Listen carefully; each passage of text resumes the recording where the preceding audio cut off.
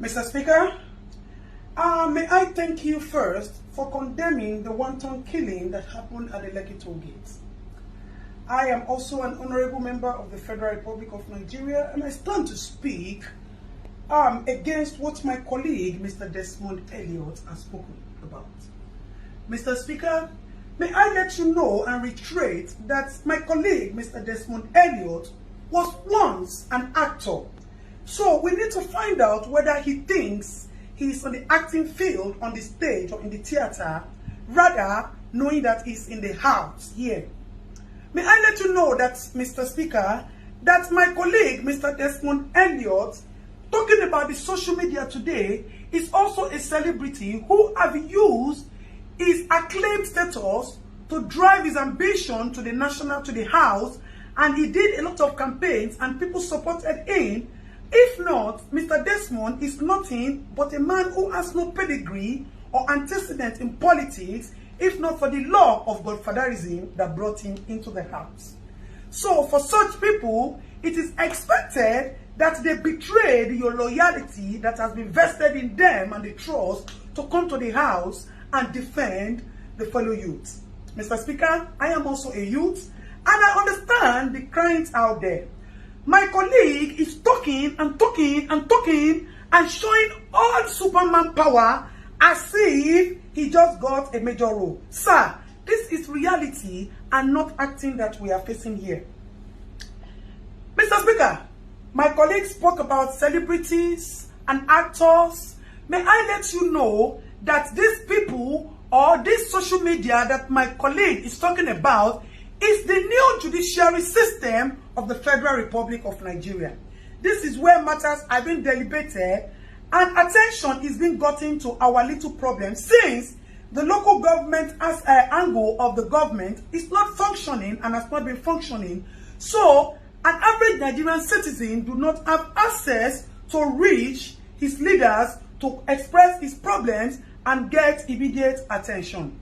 Mr. Speaker, like my colleague said, in the next 5 years, if we continue to look at Nigeria, there will be no Nigeria today, because you politicians would have looted all the funds in the system, and the children will have nothing. And we will not wait until the next 5 years for us to speak out. That is why we are running the era of Sorosoke.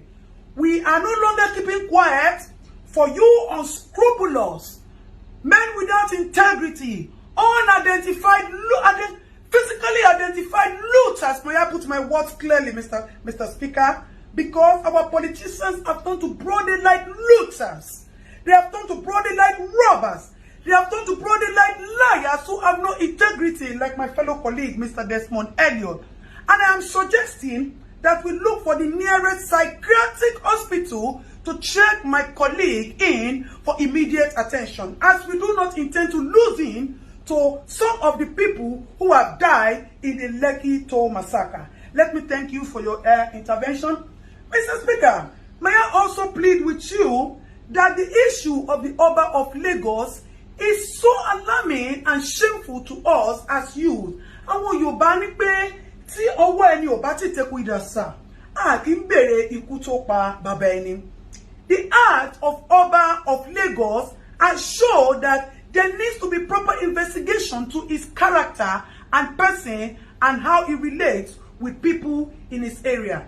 The office of the Oba is supposed to consult with the oracles and our ancestors when there are troubles in the land, so we can provide solution.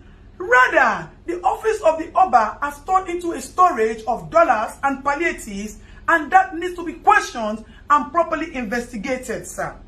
May I also plead with you, Mr. Speaker, that you should look into the bills that have been presented to you and be sure that you are defending and supporting the interests of the youth. Our politicians have turned into nothing but animals who worship nothing but money.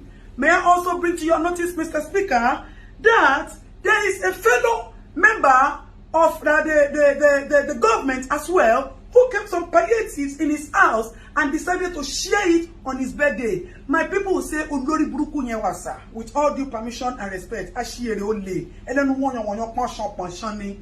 it is nothing but an action of greed. Mr. Speaker, my fellow colleague is addressing we youths as common children. That's one then we're bad, then we're wrong. We the youth that we as is talking about are the people like us who say we die here or Nigeria gets better. Because we want a good Nigeria and a new Nigeria for our children. May I also let you know, Mr. Speaker, that our interrupted process at the Lekki Toll Gate is supposed to be a kitchen garden where we wanted to cook soup for our future generation to eat. We just put the firewood on the fire and the pot. We have not put the pepper, we have not put the beef, the seasoning, and the onions and the oil to taste so that we can build a new Nigeria for our children. And our children will be the ones to eat the soup. We are not greedy, Mr. Speaker. We are just a generation who does not take nonsense. And we are just a generation who want a new Nigeria. Nigeria has been pregnant for years of corruption, of years of inhumanity, of years of insane leaders, of years of lies and deceit, of years of looting and bad governance, bad road, bad hospital, bad police system. And we thought that if we could conduct a cesarean section for this pregnancy, we'll be able to bring out all these and give birth to a new Nigeria. Mr. Speaker, before I go, I would request a 1-minute interaction with my colleague so that he would know that we are all here to protect the interests of the citizens of the Federal Republic of Nigeria. Desmond, you already know correct. If no be said, then they do you for a dream.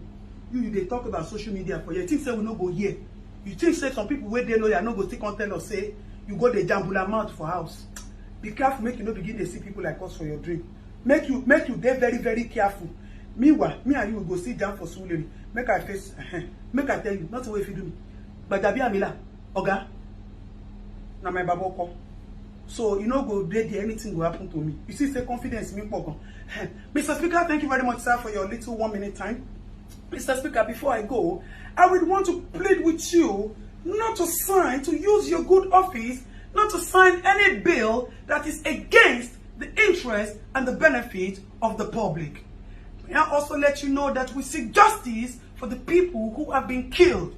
Mr. Speaker, I know that your office still has some powers to do some things because as it is, our governor too looks like he's not okay. He is mentally disabled because today he will say A, tomorrow he will say B.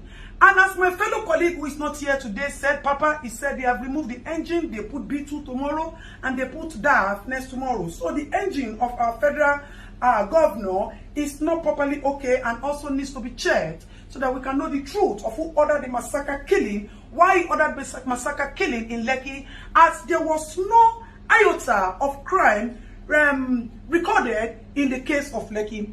Mr. Speaker, with all due loyalty and respect, I would appreciate if quick intervention is quickly given to our governor, Governor Sanwo-Olu, as that man is not okay.